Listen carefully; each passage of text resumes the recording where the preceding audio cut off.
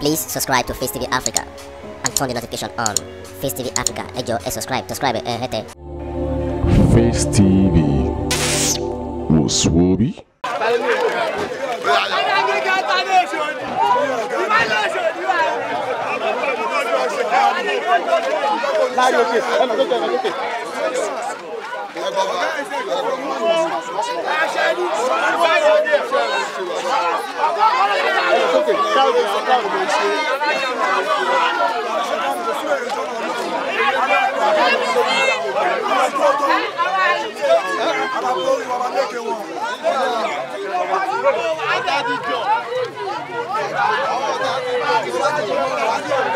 Láàrin ẹ̀ka òbí yẹn.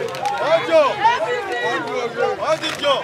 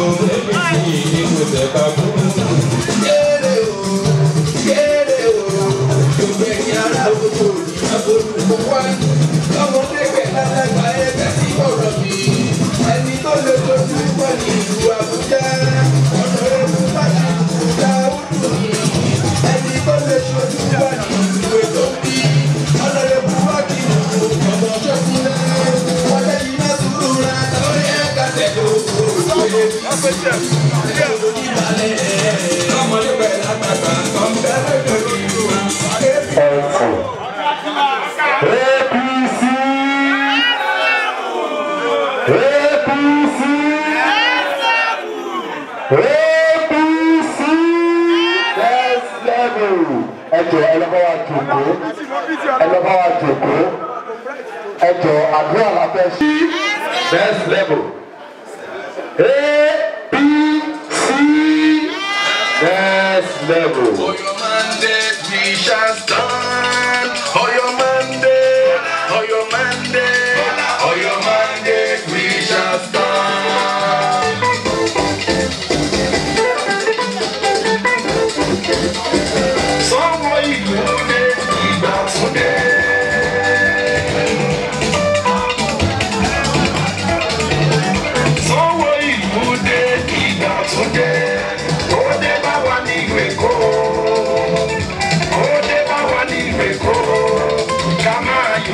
ṣe ìgbéga kò lè jẹ́ ti gbogbo wa.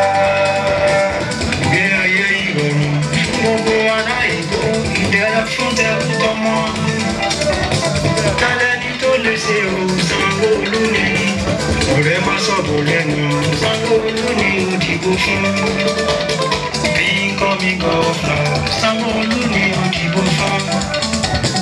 Sanwó-Ìlú dé ìgbà tún dé. ẹjọ́ ẹ bá gbé wá Sanwó-Ìlú ẹ bá gbé wá ẹjọ́. ìgbà tún dé. Ó dé bá wa ní ìwé. ẹjọ́ a kí ọ̀gá wa bàbá wa Alhaji Musiliudeen Ayinde ọmọ Akínsọ́yà olúùlú tó jọba bòmí lọ APC ẹjọ́ ẹ bá mi sọ pé ó kú tì ẹjọ́ ẹ bá mi sọ pé ó kú tì òun ò kí jọ̀nà ẹ bá mi sọ pé ó kú tì bó ṣe máa jẹ́ nìyẹn now orí ètò tí ó kàn tí a wà òun náà ni welcome address by our chairman P-Man Oshodi zone níbí báyìí ẹ jọ bóyá. APC APC APC. ó kí ọ̀hún ga wa president wa wípé lẹ́mìí atọ́lé wọn láyọ̀ ọ̀dà láfíà láwọn ni wa ojú tí àwọn ọ̀tá ọlọ́run jẹ́ kí àwọn ọ̀tá kó yọ̀ wá wípé tó tọ́ yín pàápàá èmi tí mo jẹ́ ààrẹ fún òṣèlú bíi gómìnà mi rìkísà gómìnà P-Man Lagos State gbogbo lórí ní gbogbo Èkó yìí yẹn gómìnà wa ní kábíyèsí ẹ bá wa kí wọn àti Òṣùpá ni o àti Sáìdì ni o àti Pàṣẹ ni o gómìnà wa ní gbogbo òṣèlú Èkó àmì ìfẹ́lẹ̀ torí káàdì ni mo fẹ́ P-Man ẹni bọ̀ lẹ́yìn mi bẹ́ẹ̀ ni sà torí táì bàbá ohun tí a fi fẹ́ẹ́ tí pẹ̀lú ilé yìí ni pé a fẹ́ kí àwọn ẹ̀tọ́ wa ló ti sọ̀rọ̀ tẹ́lẹ̀ lóṣòdì tẹ́ bá ṣe program tẹ́ ń ṣe kan ní ẹ̀kí àwa Òṣòdì olórin àkìsí bẹ̀ dẹ̀mú sọ́jú ẹ̀ náà pé abákílá ṣe fún yín ẹni pé ẹ̀rù gbogbo tá a fi sí then àwọn mẹ́bà mi yìí PDP ni wọ́n láti ní almost 4 years ago èmi mo ní ẹ̀wá ń bí o ibi tẹ́wọ̀n wà rèé gbogbo wa P-Man òfin ní kàmá pọ̀ bí pé APC lábẹ́ aláṣẹ àbáwá president wa Òṣòdì 1 àti bàbá pé ẹ̀ṣẹ̀ kò dẹ́nu àdúgbò yìí tẹ́lẹ̀ ṣe program kan lóṣòdì bíi ẹgbẹ́ wá sá àwọn gbogbo mi ò gbogbo sá gbogbo àwọn stars láàrin wa bínú àtọ́lọ́run bẹ̀yìn. City of Stars. Òṣòdì. City of Stars. Òṣòdì. City of Stars. ìlú ọ̀rẹ́ sá.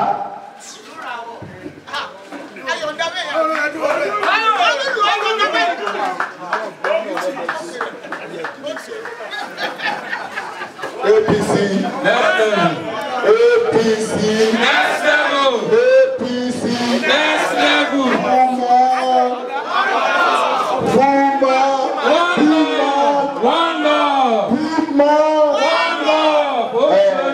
ẹ ṣe because kò sí ààyè púpọ̀ tó tọ́lẹ̀ sọ Ọlọ́run dára ìṣe gbogbo wa jù wá èèyàn kì í rìn orí ẹ̀ máa mú tí bá sọ yín pé mo ka àwọn P-Man ní Òṣòdì fún mo ń parọ́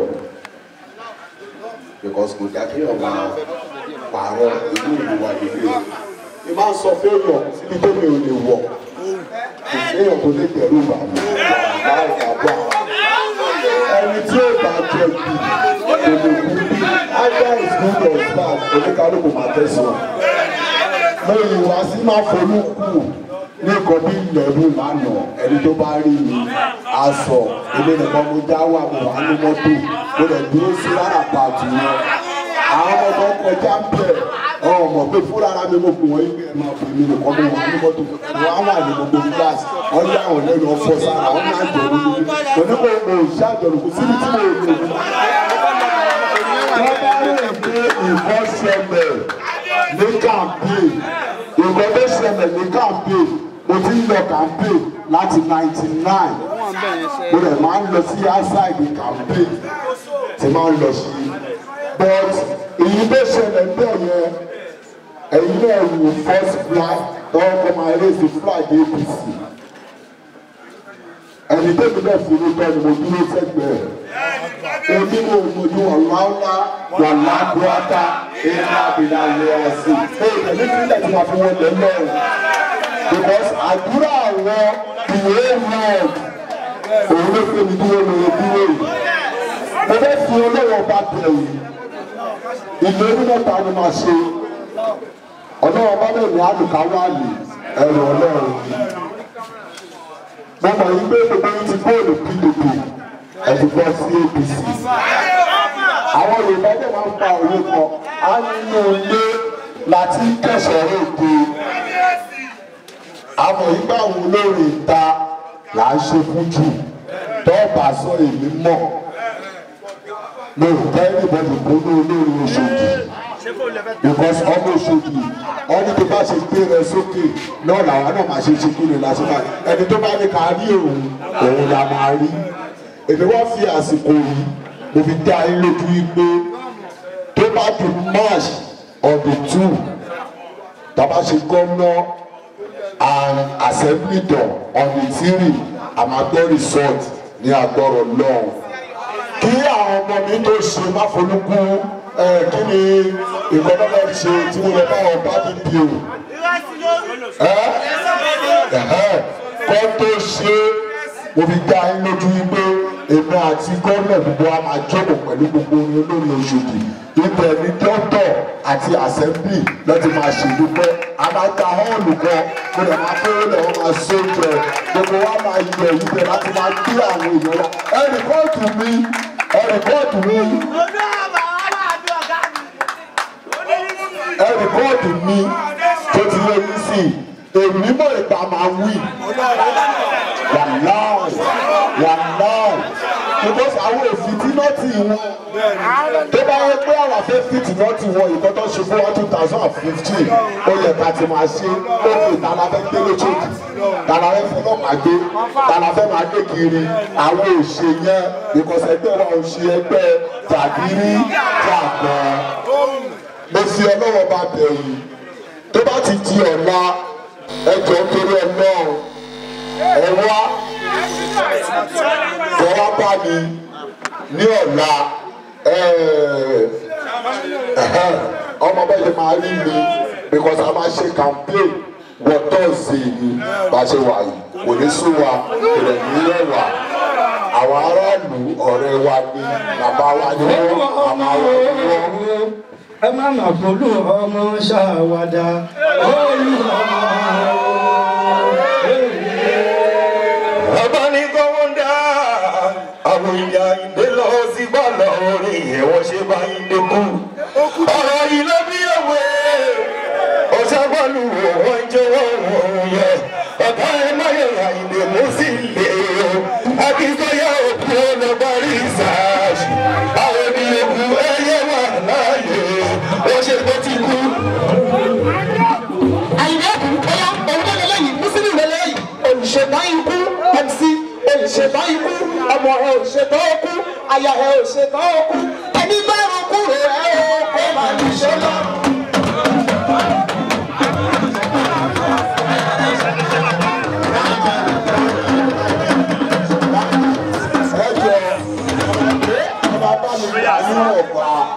ẹ mọ̀ bá ń ṣe rámi lọ́wọ́ àsìkò náà náwó láwa yìí tó bá ti di ọ̀la lágbọ́rọ̀ náà máa fún ọ ní 200,000 bàbá mi máa lè jẹ ọjọ́ bí ọjọ́ mo fọ́ lọ́wọ́ àti pé ìrántí ìlú ìdúró pẹ́ bọ́ta.